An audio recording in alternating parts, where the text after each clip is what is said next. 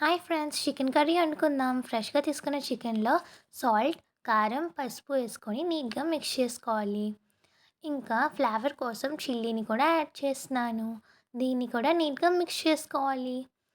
So stove పైన కొంచెం కుండ పెట్టుకొని అందులో ఆయిల్ వేయాలి ఫ్రెండ్స్. అది వేడెక్కాక ఆయిల్ వేసాక ఆనియన్స్, క్యాప్సికమ్, చిల్లీ కూడా వేయాలి. వేసి అందులో కొంచెం ఉప్పు వేసుకోవాలి. ఉప్పు వేసి నీట్గా కలపాలి. ఉప్పేస్తే రోస్ట్ అనేది ఫాస్ట్గా అవుతుంది. సో పసుపు, కారం కూడా వేస్తాను. ఇప్పుడు నీట్గా అదంతా కలపాలి, ఏది కూడా అంటకుండా. సో ఇలా కలిపేసాక అది కొంచెం ఎల్లోయిష్ కలర్లో వస్తుంది. సో ఇలా ఎల్లోయిష్ కలర్లో రాగానే మనం సోయా సాస్ని కూడా యాడ్ చేసుకున్నాం ఫ్లేవర్ కోసం. ఇంకా జింజర్ గార్లిక్ పేస్ట్ కూడా నేను వేసేసాను ఫ్రెండ్స్. వేసేసి కొంచెం అలా పేస్ట్ని ఇలా మిక్స్ చేశాను. మిక్స్ చేశాక అందులో వాటర్ కూడా వేసాను. సో అది అంటకంట ఉంటుంది. సో ఇలా పేస్ట్ అనేది గ్రేవీలా అయినంత వరకు ఇలానే మిక్స్ చేస్తూ వాటర్ యాడ్ చేస్తూ ఉండాలి ఫ్రెండ్స్. సో అప్పుడైతే గ్రేవీ అనేది మంచిగా వస్తుంది.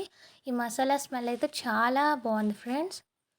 సో అలా వాటర్ వేస్తూ గ్రేవీలా చేయాలి, ఎందుకంటే అప్పుడనే గ్రేవీ అనేది ఎక్కువగా వస్తుంది. ఇంకా నేను మసాలా కూడా యాడ్ చేశాను. ఆ తర్వాత చికెన్ కూడా వేసేసాను అదే టైంలో. వేసి అదంతా నీట్గా మిక్స్ చేసి మూత పెట్టా. సో చికెన్లో ఉన్న వాటర్ రావడానికి ఒక 2 minutes పెట్టి మళ్ళీ తీసి కలుపుతున్నాను ఫ్రెండ్స్. అప్పుడు కింద చికెన్ అనేది అంటకుండా ఉంటుంది. మళ్ళీ మూత పెడుతున్నా, బోన్స్ అనేవి కూడా ఉడకాలి కదా ఫ్రెండ్స్. సో అలా పెట్టేసి ఒక 2 to 3 minutes అలానే ఉంచేస్తున్నాను. మళ్ళీ తీసి కలుపుతున్నాను.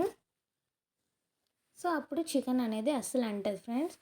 సో వాటర్ అనేది వస్తుంది, చూసారు కదా. నేను అసలు వాటర్ అనేది వేయలేదు, చికెన్ యొక్క వాటరే వస్తుంది.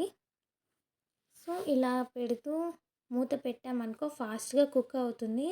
నెక్స్ట్ మంచిగా స్మెల్ కూడా వస్తుంది ఫ్రెండ్స్.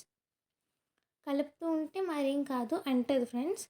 ఇలా మూత పెట్టేసాను మళ్ళీ. ఇప్పుడు బోన్స్ అనేవి చూసుకోవాలి ఫ్రెండ్స్, ఉడకతున్నాయా. నేను కొంచెం మసాలా వేసాను, కారం సరిపోకపోతే కారం కూడా వేసుకునండి ఫ్రెండ్స్.